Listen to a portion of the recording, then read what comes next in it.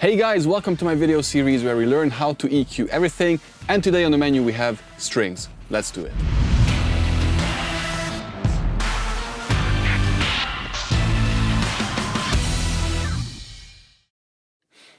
Okay, before we jump into Logic, of course, there's the usual disclaimer that you should aim for at least some level of recording quality. Of course, we cannot polish every turd in mixing.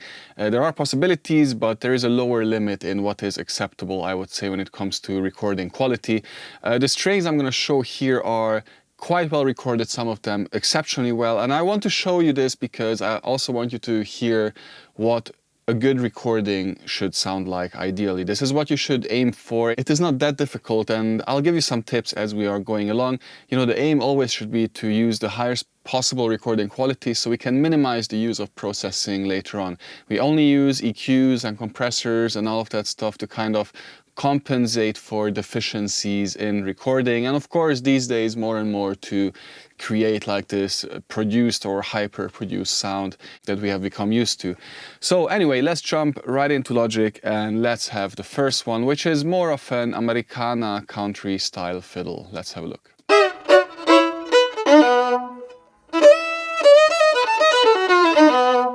Okay, so we can hear a little bit of the breathing, the human person playing it. So that I would of course cut out in the mix. But otherwise this is a very good sound. Nothing really wrong with it. There is no excess harshness. There's the usual kind of what you'll notice in every string here that we have, in every instrument that we have here, is that strings, especially fiddles and violins, have this boxy sound. And when we think of strings in general, we think of this angelic, bright, beautiful tone, you know, and I'm linking a video below where you can hear exactly what I mean with this huge, beautiful orchestral sound in another video that I showed you, which is far more in-depth and far more complex.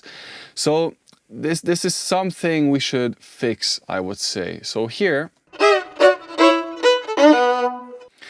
we have to start with a low cut always, because there's a lot of room stuff that can happen. The person can be stomping, there might be an AC on, there might be a highway, tube, or you know, metro down below or something like that. So you want to cut off the lows because we don't need it, especially in a song context when there are guitars, drums and everything blasting. We don't need it anyway.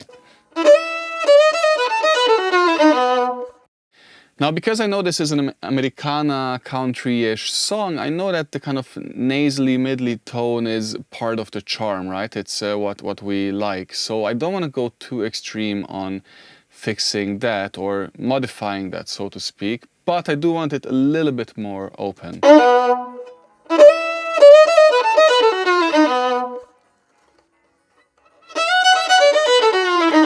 And of course we know box is 500 Hertz, so you can hear I reduced a little bit, around 600, 590, whatever really. It's a wider cut and it just works, it opens up the sound a little bit.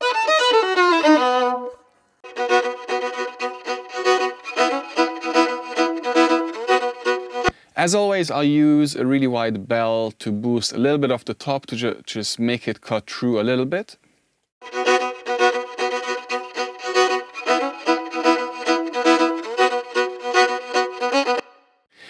And in this case, to be honest, I'm happy with it. I don't think there's any other problems with this. Later, you'll probably hear that there's some harshness that we get rid of. Strings, usually 2K, 3K, 5K even, very notorious. But here, no problems at all. Let's move on to the next one. Actually, let's do a quick before and after.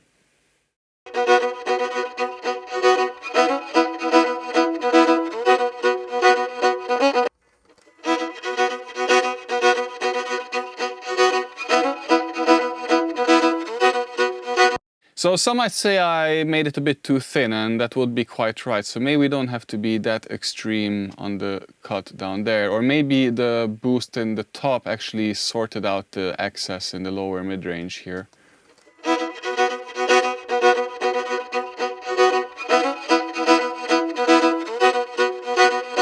Yeah, I think that's a good middle of the road solution. And as you can see, there's no reason to go extreme. So EQ moves generally, if you have a decent recording quality, don't have to be extreme.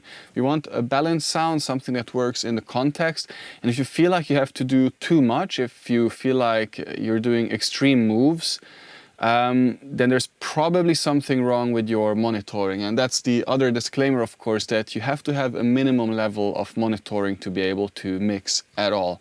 If you don't have at least, I would say if you are really struggling financially, whatever, just buy HD 650s. That's it. Like, if you cannot invest into HD 650s at the least, then what are we doing here in the first place? Like, then none of this will be possible. You need a MacBook, you need a keyboard, whatever. So at least get a decent set of headphones to work with. Monitors, different story. I would say if you buy monitors for $1,000, then you have to buy acoustic treatment for another 1,000 next to it. So good monitors in a badly treated room or untreated room make no sense whatsoever. Then it's just better to stick to headphones, in my opinion. But anyway, let's move to the next, strings.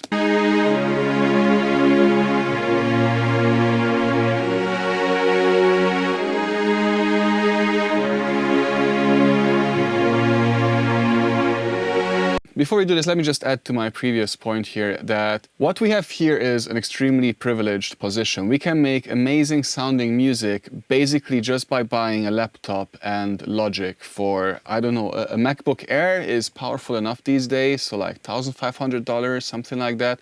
Logic Pro $299, I think, with all the instruments, all the EQs.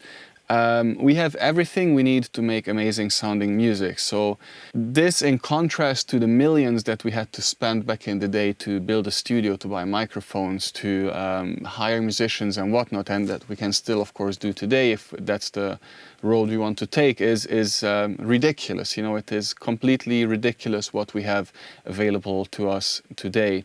And of course this has enabled everyone to make music if they want to, but of course we need knowledge to be able to make good music, and of course we need good monitoring to hear what we are doing. If we don't hear it, we cannot take action. But anyway, pad strings.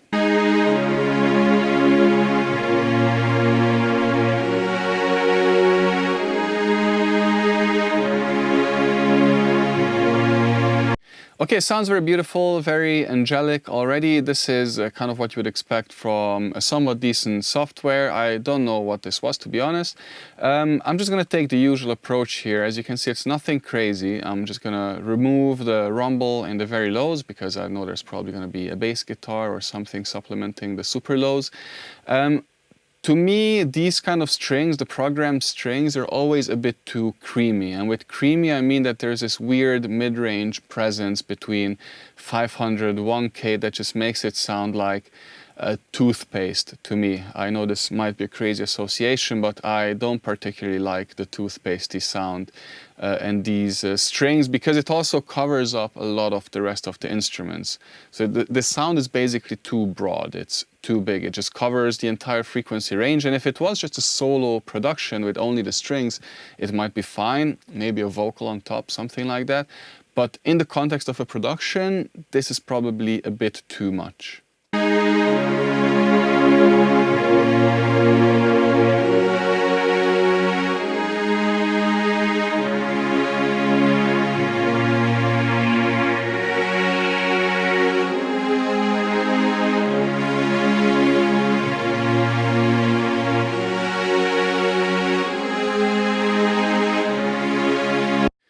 So I made a few moves here. You could hear that this 500 boxy range, by removing that we opened up the sound a lot and we left a lot more space for other instruments later on in this particular production.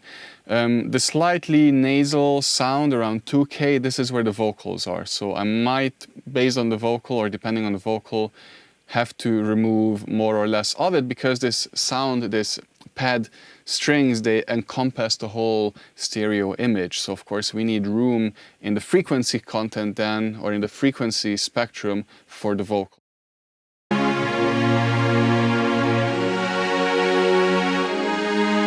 And then just a boost on the top to have more of that angelic tone, you know, more of that shiny, shimmery sound.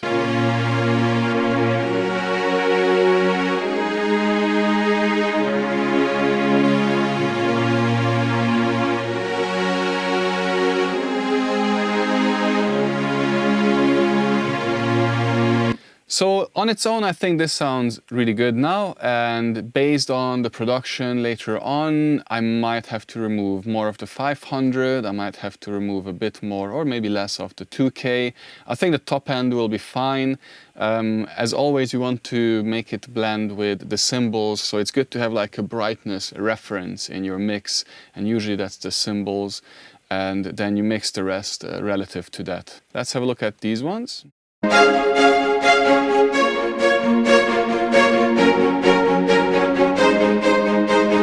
Okay, very similar software, a bit too much reverb, very similar sound to the previous one, so I'm just gonna be lazy and copy paste the setting over. Let's just see how that works.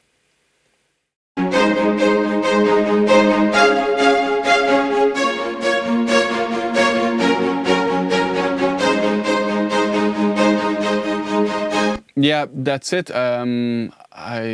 I don't need to do anything else, really. It's basically the exact same problems, a bit too broad, the boxiness, a bit of the nasalness, lack of top end. So I might make slightly different moves based on the context, but otherwise this is fine.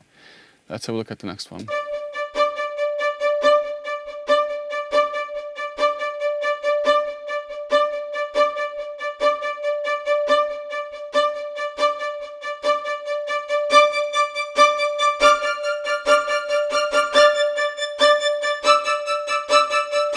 Okay, same problem, pretty much the same thing, although I think we can be a bit easier on the low mids here because I quite like the body. However, I think here we are faced with a different problem, especially once the high strings come in here, which is probably this 5K resonance.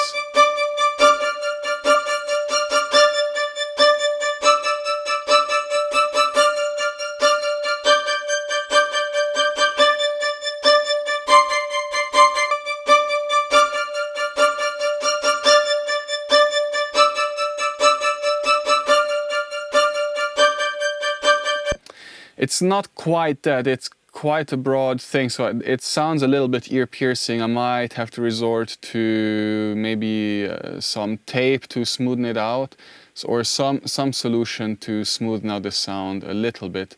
But it's quite natural that high strings end up being a little bit too ear-piercing. Let's see what happens if you just remove the boost on the top here.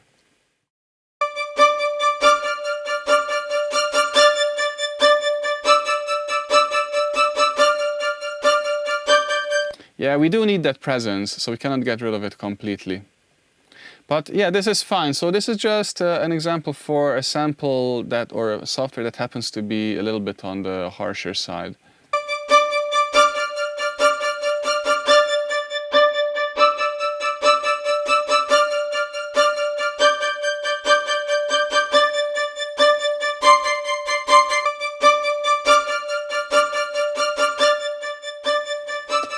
Tough. It's a tough one, I have to say. And sometimes there is no easy solution, you know.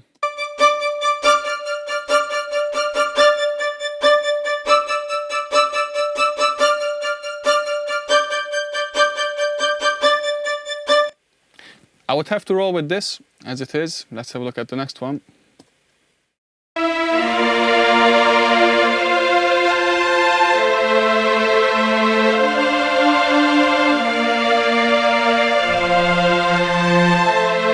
Okay, this one clearly has the issues, most of the issues that we talked about previously, so let's have a look here.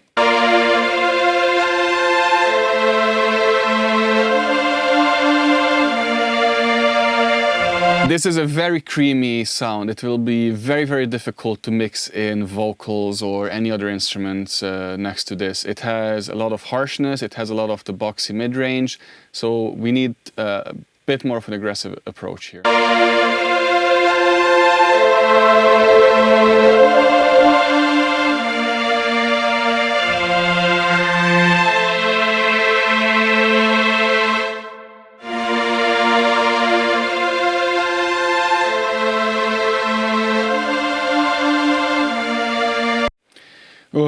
It's like it's taking this strain off my ears just by doing these two moves here. Let's have a look before and after.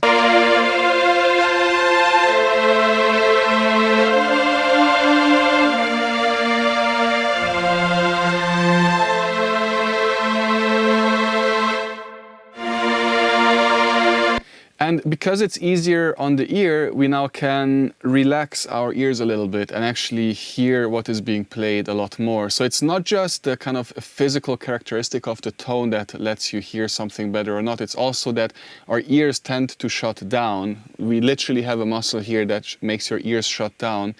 If there's something very harsh or very piercing or very loud in a particular sound, and we had this case in guitars as well in the earlier video, and if we can remove that or manage that, then our ears are able to relax and actually let more of the sound in. And this is a perfect example for that, I would say. Let's have one more listen without.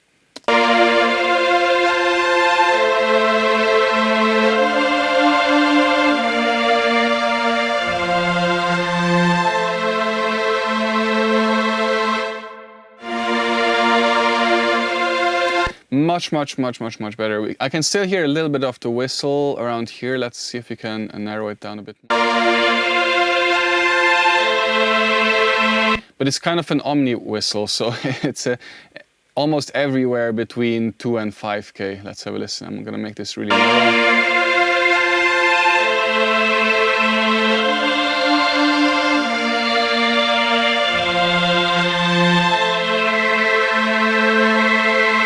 Yeah, so the strongest one is around 2.1, then there's one right next to it. 2.7-ish, and then there's a little one a bit higher.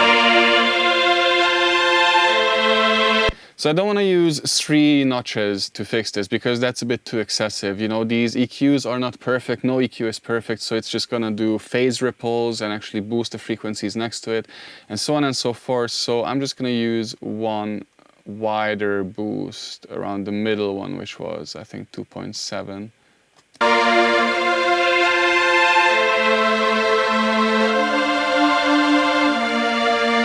Or right in the middle, so it fixes both.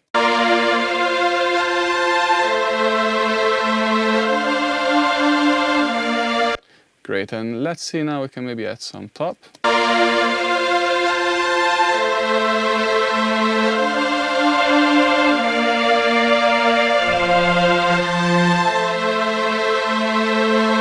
Yep, this works. The next one is the same set, just a different layer. I can't even. It's the same thing, literally.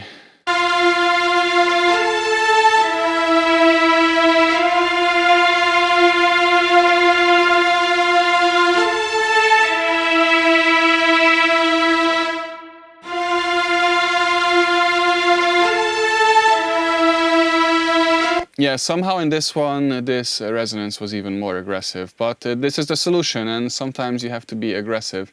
But here you can really hear how the sound opens up and becomes more listenable just by these EQ moves here.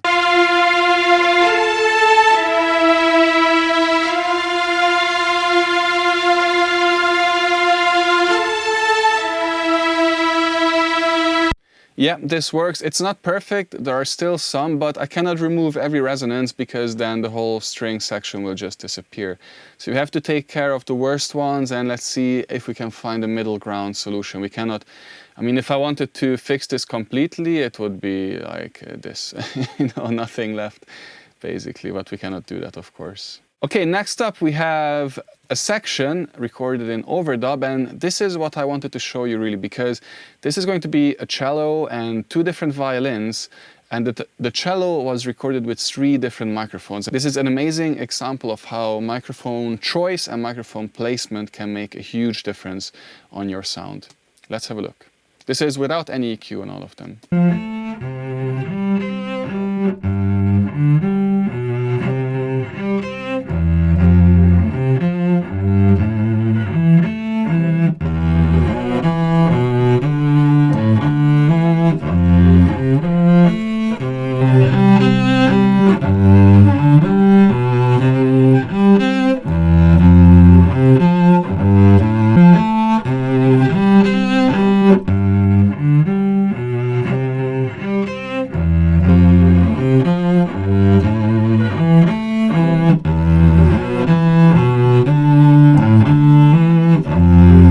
Okay, so they all sound very different. Let's go through them one by one.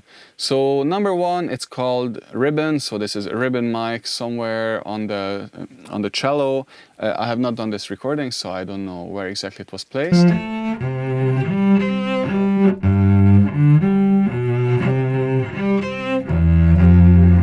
So it is a very nice sound. It's a bit distant. We don't get a lot of the presence up top, but we get a beautiful body, a nice note, but we don't get that much low end. So the tube one is actually much thicker. You can see the response here on the analyzer is quite typical of a recording like this. And not surprisingly, you can see that we have this huge rumble down here. That's just room stuff, AC, highway, metro, or subway, as you might call it, and all the other things that happen.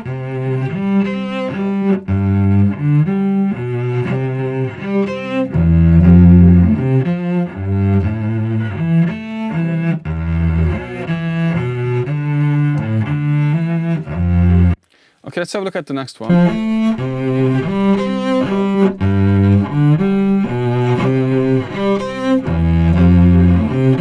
Look at this crazy resonance. I mean, how is that even possible?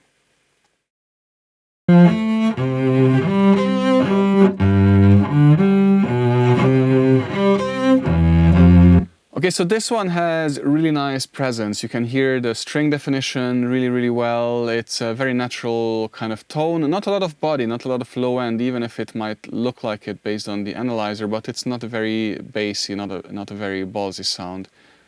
Let's have a look at the next one.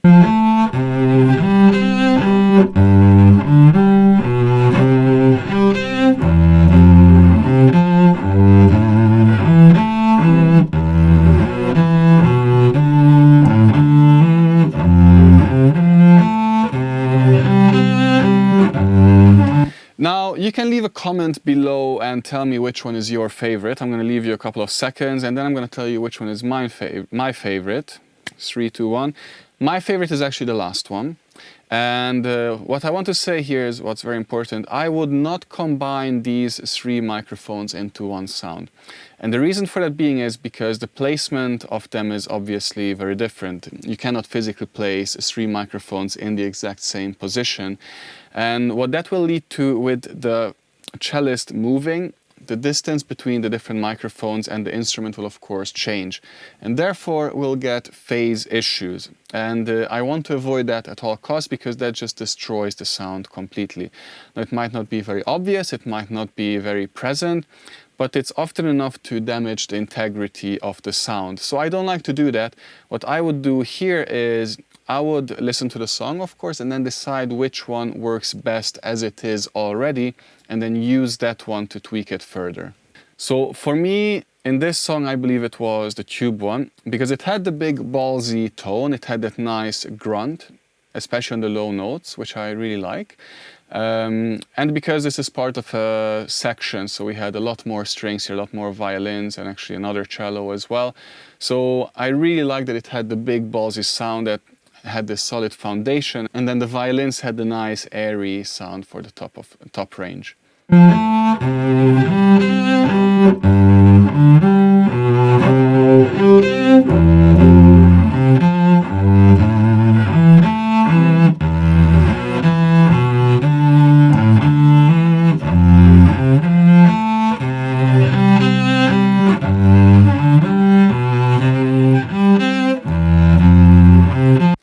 So this works for me really nicely. Now, I know that this was in a kind of pop rock song, so I would use a multiband compressor actually just to manage the slow end more, because there's this one note that gets a little bit boomy, and I would want that to be tucked down.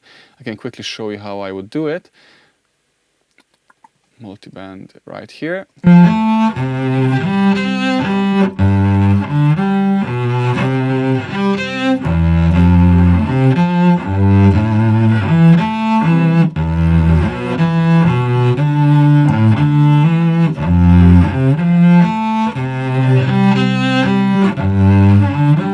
Yeah, just like this. I might refine it, but you don't have to be too aggressive, and I would not even use any other bands. You don't have to always use 4, 5, 6 bands.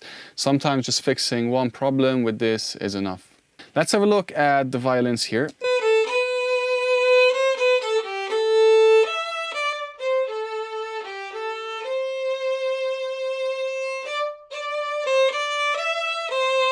So we have a closed mic and a room mic. 90% of the times, unless it's an orchestra where I use only the room mics, but that's a deca tree. Again, link below in how I mix an actual orchestra.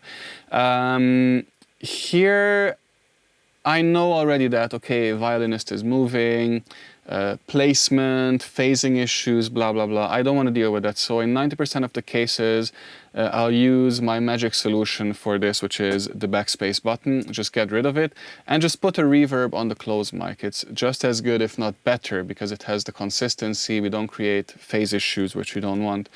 But let's just keep it for now. How I would treat this.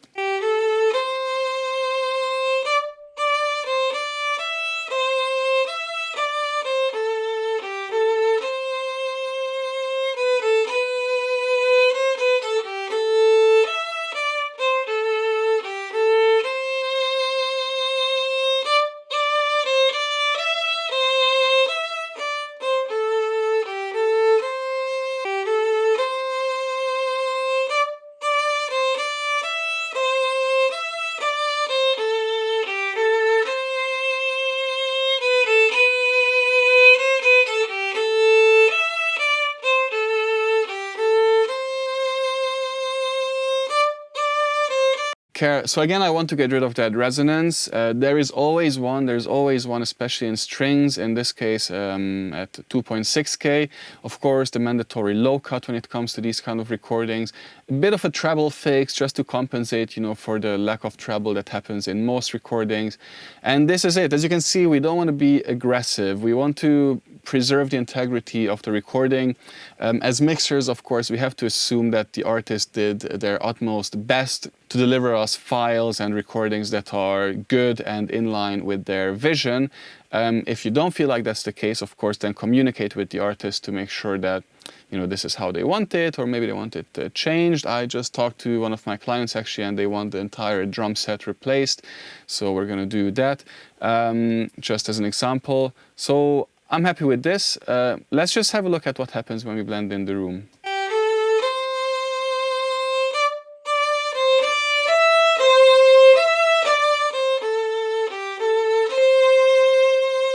Okay, so it adds a little bit of room, and it's not even that bad, and I don't hear any phasing issues.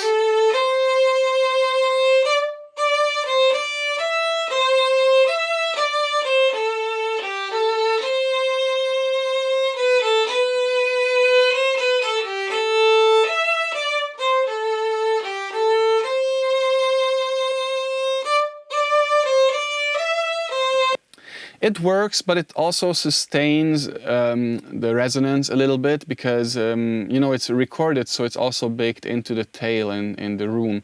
So that's why also if you use a reverb on an instrument that is fixed with an EQ, then you will not get the sustained, the reverberated sound of the problem. Whereas here it is recorded also in the reverb tail, and it's not quite a good fix, I would say. So I'm happy to go without it. Let's have a look at the last one.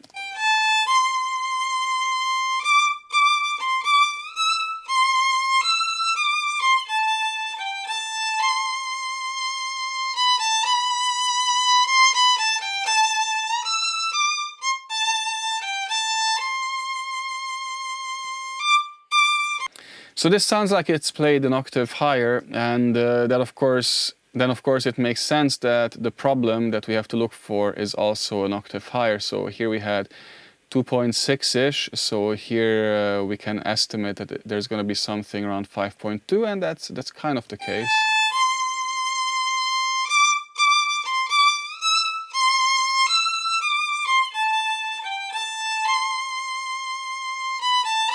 So here, but it's also the problem that we now killed the essence of the sound quite a bit. So it's quite a damaging move here, actually. Unfortunately here, this is just how this violin is. It is a little bit on the piercing side. Maybe a different microphone would solve the problem, maybe a different room would solve the problem, or a different microphone placement might solve the problem, but this is just how it is. In a pop mix, in a more aggressive mix, we can see if we can fix it with maybe a smooth compressor that takes care of it a little bit. I remember I used LA2As across the board here on the strings. And you know, that manages it a little bit. Of course, I never advocate for using compression to fix tonal issues, but it does sometimes add like a 5% or a little bit of a difference, a little bit of support. Let's have a look at the room.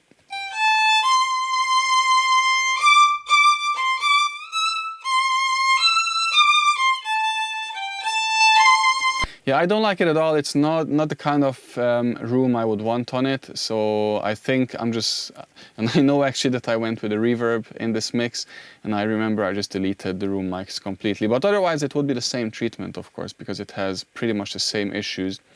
But again, I want to avoid phasing problems in my mixes as much as possible. So therefore, if we have duplicates, multiple microphones, if I can avoid using them, then I will use just the one. Electric guitars being one exemption, because the cabinet and the microphones are always stationary, so I can zoom in very, very tightly into the waveform, align them perfectly to the sample, and then I can play with the faders and see how I can get a nice balance between the different microphones.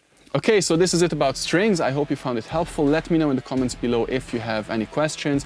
And if you want to learn more, of course, hit me up. My website is in the description below. I do one-on-one classes with you and only with you. We can do one session to work on a specific problem that you might have, or we can do an extended 3-4 session masterclass where we dive into the basics. It is the foundations and the conceptual understanding that you need so that you don't have to watch YouTube videos and tutorials anymore, because you know what's going on under the hood and you can come up with your own solutions to the problems that you face on your daily adventures in mixing. So I hope you like this video. As always, like and subscribe. Hit me up if you want any mixing, mastering, master classes, and I see you in the next video. Until then, happy mixing. Bye bye.